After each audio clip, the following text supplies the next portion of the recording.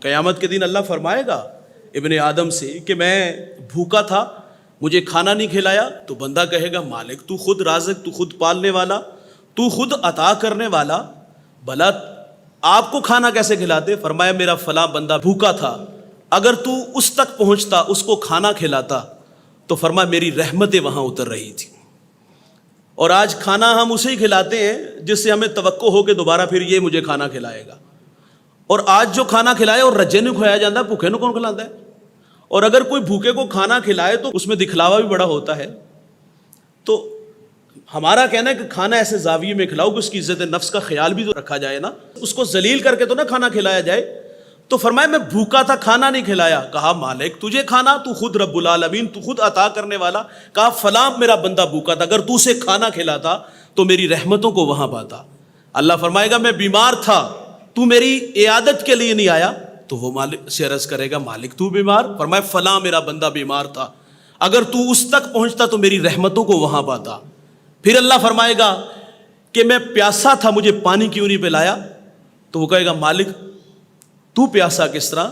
تو اللہ فرمائے گا فلاں میرا بندہ پیاسا تھا، اگر تو اس کو پانی پلاتا تو میری رحمتوں کو وہاں پاتا۔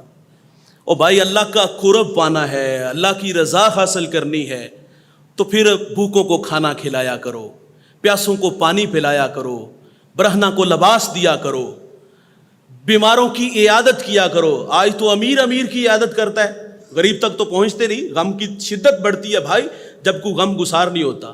غم بانٹنے والے ہوں تو غم غلط ہوتا ہے۔ ایک دوسرے کے حال سے واقف رہا کرو یار، ایک دوسرے کی دل جوئی کیا کرو۔ میرے نبی کا عمل تھا، 3 دن اگر کوئی مسجد نبوی میں نہیں نہ آتا تھا تو حضور اس کے گھر تک تشریف لے جاتے تھے۔ ہمارا تو کوئی مر بھی جائے عزیز دوست ہے تو ہمیں سال خبر نہیں ہوتی۔ اللہ کے حبیب صلی اللہ علیہ وسلم ایک دن فرماتے ہیں کہ آج کس نے کھانا کھلایا؟ صحابہ کا جرمٹ تھا۔ تو حضور نے حکم دیا تو سیدنا صدیق اکبر اٹھ کے کھڑے ہو گئے، ورنہ ان کا مزاج تھا کہ وہ کھانا جب لوگوں کو کھلاتے تھے تو ایسے زاویے میں کھلاتے تھے کسی کو پتہ بھی نہیں لگتا تھا، یہ ان کا مزاج تھا۔ وہ تو بڑھیا کے گھر میں جا کے مشکیزیں بھرتے تھے، وہ تو بڑھیا کے گھر میں جا کے جھاڑو دیتے تھے، وہاں صفائی ستھرائی کرتے تھے، پاؤں میں جوتے بھی نہیں پہنتے تھے، یہ ان کا مزاج تھا۔ اور ایک بوڑھا نابینا صحابی، آپ اس کے گھر میں جا کے اس کی خدمت کیا کرتے تھے۔ جب سیدنا صدیق اکبر دنیا سے چلے گئے تو حضرت عمر فاروق اس کے گھر تک پہنچے تو فرماتے ہیں اس کی خدمت میرے کندھوں پہ۔ آپ نے روٹی پیش کی تو کہا لگتا ہے وہ پہلے والا آدمی نہیں۔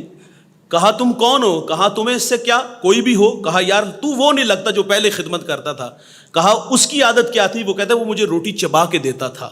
کہا آج مجھے چبا کے نہیں دی گئی تو لگتا ہے کہ بندہ بدل گیا ہے۔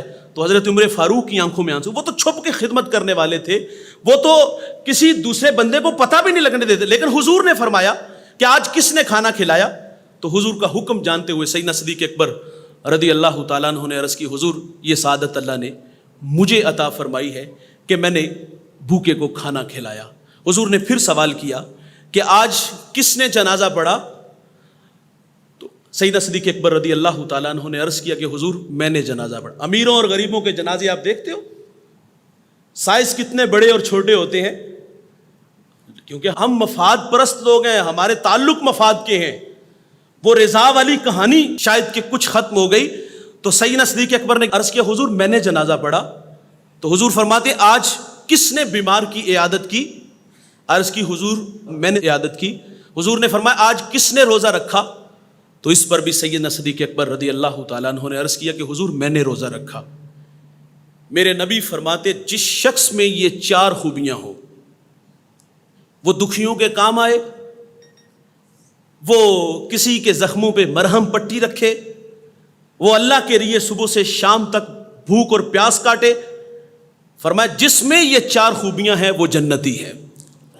جنتی لوگوں کی عادتیں اپنائیں بھائی، کھانا کھلانے والا مزاج رکھو۔ صحابی رسول نے حضور سے عرض کیا حضور دل کی سختی کا علاج ارشاد فرمائیں، دل سخت ہو جائیں تو اس دل کو نرم کیسے کرے؟ تو میرے نبی فرماتے مسکینوں کو کھانا کھلایا کرو اور یتیموں کے سروں پہ ہاتھ رکھا کرو۔ فرمایا جو یتیموں کے سروں پہ ہاتھ رکھتے ہیں اور مسکینوں کو کھانا کھلاتے ہیں، فرمایا اللہ ان کا دل نرم فرما دیتا ہے۔ دل کی نرمی چاہیے تو مسکینوں میں بیٹھا بھی کرو۔ ہم تو سٹیٹس کو باہر رکھتے ہیں نا، کبھی کبھی ان لوگوں کے ساتھ بھی وقت گزار کے دیکھا کرو، کبھی کبھی ان ماڑے لوگوں کے ساتھ بیٹھ کے چائے پیا کرو یار، کبھی کبھی ان کے ساتھ گپ شپ لگایا کرو۔ ان سے کبھی کبھی مشورہ بھی مانگا کرو، ان کی دل جوئی کیا کرو، یہ بڑے لوگوں کی نشانی ہے۔